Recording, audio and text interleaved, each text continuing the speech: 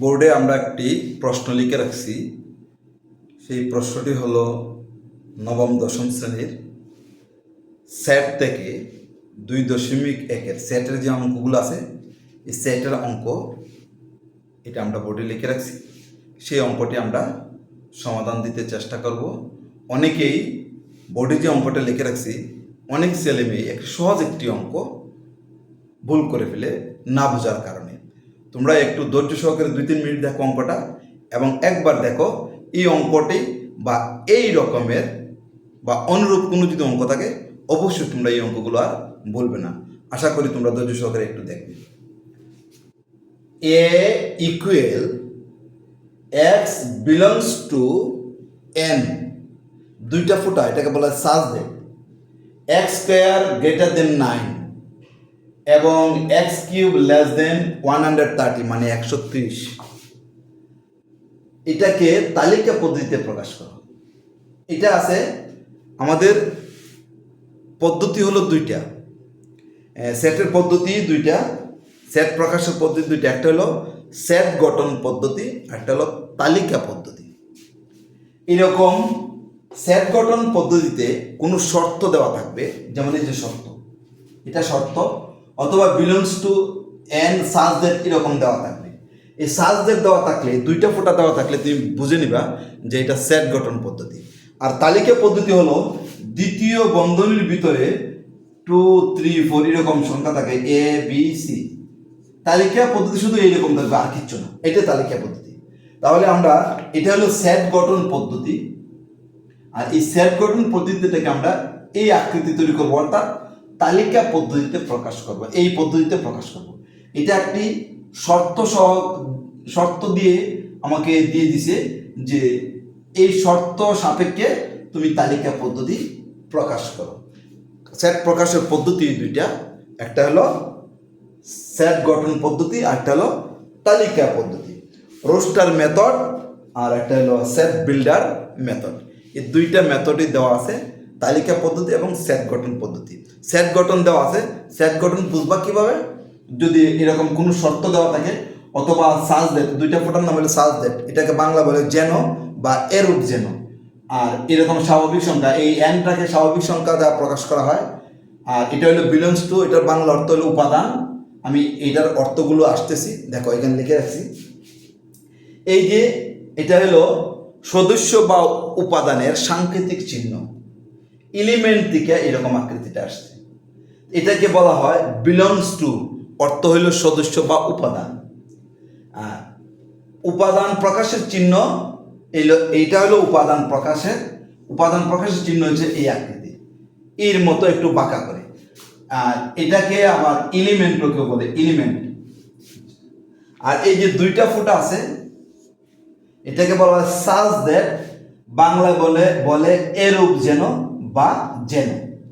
আর N, বড় হাতের N হলো স্বাভাবিক সংখ্যা, 1, 2, 3, 4, 5 এগুলো হলো স্বাভাবিক সংখ্যা। তাহলে এন হলো স্বাভাবিক সংখ্যা। তাহলে আমাদের এখানে যা যা দেওয়া আছে, এক্স তো আমরা বুঝছি, বিলংস টু অর্থ হলো উপাদান বা সদস্য, এন হলো স্বাভাবিক সংখ্যা, সাজ দ্যাট যেন, এক্স স্কোয়ার গ্রেটার দেন 9 এবং এক্স কিউব লেস দেন 130। এখন এখানে এটা দিয়ে আমরা কি বুঝি, এটা দিয়ে বুঝি স্বাভাবিক, মানে বলছে এক্স বিলংস টু এন, মানে এক্স এর উপাদানগুলো, এই যে এই এক্স, এই এক্স, এক্স এর উপাদানগুলো হবে স্বাভাবিক সংখ্যা, 1, 2, 3, 4, 5 এগুলো হবে 1, 2, 3, 4, 5 এগুলো স্বাভাবিক সংখ্যা হবে আমাদের।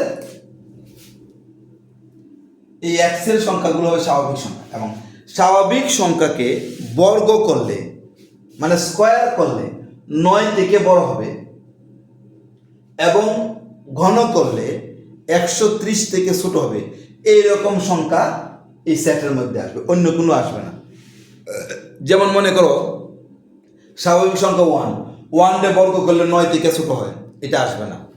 2 কে বর্গ করলে 9 থেকে ছোট হয়, 2 কে বর্গ করলে কত হয় 4, এটা আসবে না। 3 কে বর্গ করলে কত হয় 9, এটা 9 থেকে বড় নয়, এটাও আসবে না।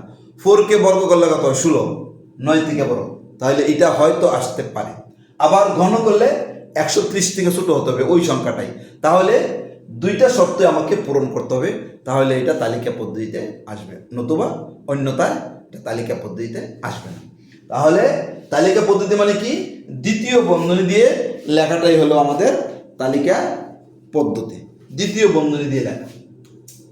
আর এরকম বিলংস টু এন মানে স্বাভাবিক সংখ্যার উপাদানের সাংকেতিক চিহ্ন, স্বাভাবিক সংখ্যাকে বড় হাতের এন দ্বারা প্রকাশ করা হয়, সাজ দ্যাট, এরকম কোনো less than, greater than, less than, equal ইত্যাদি দেওয়া থাকলে তুমি বুঝে নিবা এটা সেট গঠন পদ্ধতি। আর তালিকা পদ্ধতি শুধু এরকম দ্বিতীয় বন্ধনীর ভিতরে এ বি সি থাকে, এই যে এইটা এই শুধু এটা আর কিছু নেই, এরকম থাকলে এটাকে বুঝবা তালিকা পদ্ধতি। সাধারণত তোমাদের ম্যাক্সিমাম পরীক্ষায় সেট গঠন দেওয়া থাকে, তালিকা পদ্ধতিতে প্রকাশ করতে হয়, সংক্ষিপ্ত তো থাকতে পারে মানে এসকিউতে। আচ্ছা, তাহলে আমরা প্রথমে লিখবো অঙ্কটাকে, আমরা প্রথমে লিখবো দেওয়া আছে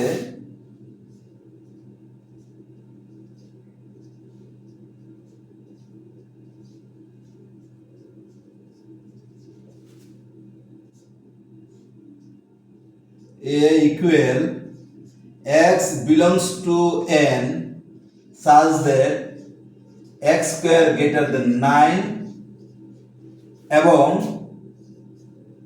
x cube less than 130, এটা আমাদের দেওয়া আছে।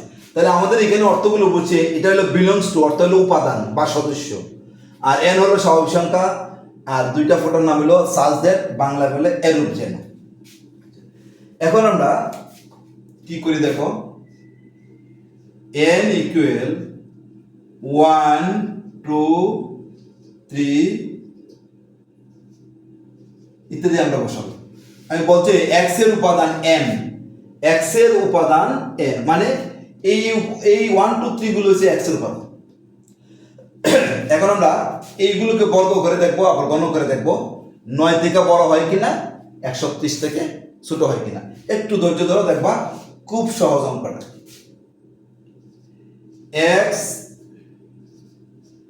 x ইকুয়াল 1 হলে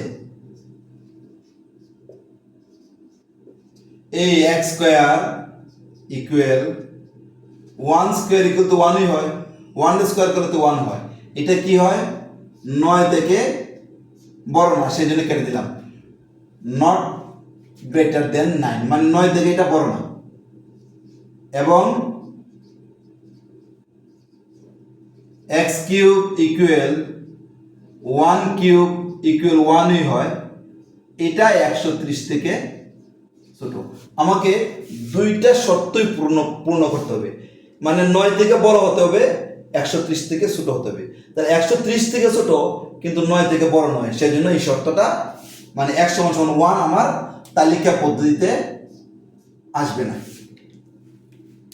এখন আসো x ইকুয়াল 2 হলে x square equal 2 square equal 4 not greater than 9 মানে 4টা কিন্তু 9 থেকে বড় নয়, সেজন্য কেটে দিছি, মানে ডাজ নট গ্রেটার দেন। এবং x cube equal 2 cube equal 8, এটা কিন্তু 130 থেকে ছোট। এই শর্তটা পূর্ণ করে, এটা পূর্ণ করে না। এইভাবে আমরা যেতে থাকবো, x সমান সমান 3 হলে, কারণ কঠিন কিছু না, এইভাবে যেতে থাকবো, কোনো আমরা ক্যালকুলেটরের গুণগুলো বের করতে পারবো। 3 স্কয়ার ইকুয়াল টু 9, 9ও কিন্তু 9 থেকে বড় না, সেই জন্য এটাও কেটে দিলাম। 9 থেকে 9 বড় নয় কিন্তু সমান, যদি এখানে ইকুয়াল দেওয়া থাকতো তাহলে 9টা আসতো, গ্রেটার দেন ইকুয়াল যদি দেওয়া থাকতো তাহলে 9টা আমরা লিখতাম, মানে 9 লিখতাম মানে 3 লিখতাম আর কি। এইগুলো আমরা লিখবো, এইগুলো নয়। এবং x কিউব ইকুয়াল 3 কিউব, 3 কিউবে 27 হয়, এটাও 130 থেকে ছোট। তাহলে এইটা শর্ত পূর্ণ করে, এটা পূর্ণ করে না। তাহলে x সমান সমান 1 2 3 এই তিনটার একটা আমাকে তালিকা পদ্ধতিতে আসবে না, কারণ আমাকে এই 1 2 3 গুলো না আসতে হবে তালিকা পদ্ধতিতে। x ইকুয়াল টু 4 হলে x square equal two 4 square তাহলে 16, 16 কিন্তু 9 থেকে বড়, তাহলে এইটা শর্ত পূর্ণ করে। এবং এক্স কিউব ইকুয়াল 4 কিউব 64, 64 ও 130 থেকে ছোট। তাহলে আমার এই এক্স ইকুয়াল টু 4 এ আমার দুইটা শর্তই পূর্ণ করে। 130 ঘন করলে 130 থেকে ছোট হয়, বর্গ করলে 9 থেকে বড় হয়। তাহলে আমার এই শর্তটা পূর্ণ করে। তাহলে আমার তালিকা পদ্ধতিতে 4টা আমি পাবো, 4 আমি আনতে পারবো। এখন আমাকে x ইকুয়াল টু 5 এ দাও। 5 হলে x square equal 5 square equal 25 greater than 9। তাহলে 25 কিন্তু 9 থেকে বড়, মানে স্বাভাবিক সংখ্যা 5 কে যদি আমরা বর্গ করি তাহলে 25 9 থেকে বড় হয়। এবং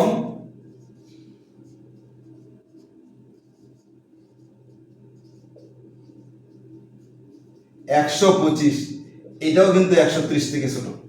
তাহলে আমার বর্গ করলে 9 থেকে বড় আর ঘন করলে 130 থেকে ছোট হয়। তাহলে এই শর্তটাও আমাকে এই x ইকুয়াল টু 5 দুটোটা শর্ত পূর্ণ করবে।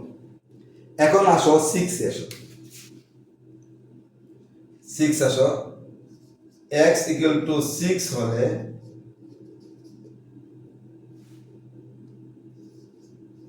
x square equal two 6 square equal two 36 greater than 9, 9 থেকে বড়।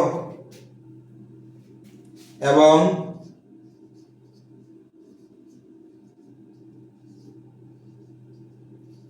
দুইশো 16 এটা কিন্তু 130 থেকে ছোট নয়, 216 130 থেকে বড় হয়ে গেছে। এখন আমি যত নিচের দিকে যাবো x ইকুয়াল 7 হলে 130 থেকে বড় হতে থাকবে। তাহলে আমার আর নিচে যাওয়ার দরকার নেই। আমি এখন 7 x ইকুয়াল 7 দিলে, x ইকুয়াল যদি 7 দেই তাহলে বর্গ করলে 9 থেকে বড় হবে, কিন্তু 130 থেকে ছোট হবে না, 130 থেকে বড় হতে থাকবে। সেই জন্য আমার আর যেহেতু 6 পর্যন্ত যাওয়ার পরে বড় হয়ে গেছে, আমার আর এখন 7-এ যাওয়ার দরকার নেই, 8-এ যাওয়ার দরকার নেই। তাহলে আমার এই দুইটা শর্ত শুধু মানে x equal to 4, x equal to 5। তাহলে x ইকুয়াল টু 4 অর্থাৎ 4 কে যদি বর্গ করো 9 থেকে বড় হয়। এই যে বর্গ করলে, এই যেটা বর্গ করলাম এইটুকু বর্গ করছি, 9 থেকে বড়, আর ঘন করলে 130 থেকে ছোট। আর 5 কে বর্গ করলে 9 থেকে বড়, আবার 130 থেকে ছোট। তাহলে 4 আর 5 শুধু আমার এই যে দুইটা শর্ত, দুইটা শর্ত পূর্ণ করে, আর অন্য কোনো সংখ্যা দ্বারা আমার শর্ত পূরণ করে না। 1 দিলে কি হয়, 9 থেকে ছোট হয়ে যায়, তাহলে এটা হবে না। 130 থেকে ছোট হয় কিন্তু 9 থেকে বড় হতে হবে, তাহলে আমার 1 হবে না, 1 বাদ। 102 হলে 4 বর্গ করলে হয় 4, 9 থেকে ছোট, তাহলে এটা হবে না। 130 থেকে কি হয়, বড়, সরি 130 থেকে ছোট হয়, ঠিক আছে, কিন্তু 9 থেকে বড় হয় না। সেই জন্য 102 আমার আনসারে আসবে না, অর্থাৎ তালিকা পদ্ধতিতে আসবে না। 103 হলে x স্কয়ার সমান সমান 3 স্কয়ার 9, 9 থেকে এটা বড় না, 9 এর সমান কিন্তু 9 থেকে সেটা বড় নয়, 9 থেকে বড় হতে হবে, বলছে কি 9 থেকে বড়, কিন্তু আমার 9 এর সমান হয়, সেই জন্য নট গ্রেটার দেন আমি দিয়ে দিছি, মানে এটা 9 থেকে বড় নয়। এবং x cube equal 3 cube equal 27, 130 থেকে ছোট। এই প্রথম দিকে প্রথম 1 2 3 এর দ্বিতীয় শর্তটা পূর্ণ করে, কিন্তু প্রথম শর্তটা পূর্ণ করে না। 4 এ প্রথম শর্ত পূর্ণ করে, দ্বিতীয় শর্ত পূর্ণ করে। 5 এ প্রথম শর্ত পূর্ণ করে, দ্বিতীয় শর্ত পূর্ণ করে। কিন্তু x ইকুয়াল টু 6 হলে প্রথম শর্ত পূর্ণ করে, দ্বিতীয় শর্ত আবার পূর্ণ করে না। সেই জন্য এখন আমি যত নিচের দিকে যাব 7 যদি লিখি তাহলে 330 থেকে 130 থেকে বড় হয়ে যাবে, তাহলে আর আমার যাওয়ার দরকার নেই। তাহলে এখন আমার তালিকা পদ্ধতি আমার শুধু 4 আর 5 হবে, অন্য কিছু হবে না। আমরা লিখব নির্ণয়, আমরা এখানে লিখি অতএব নির্ণয়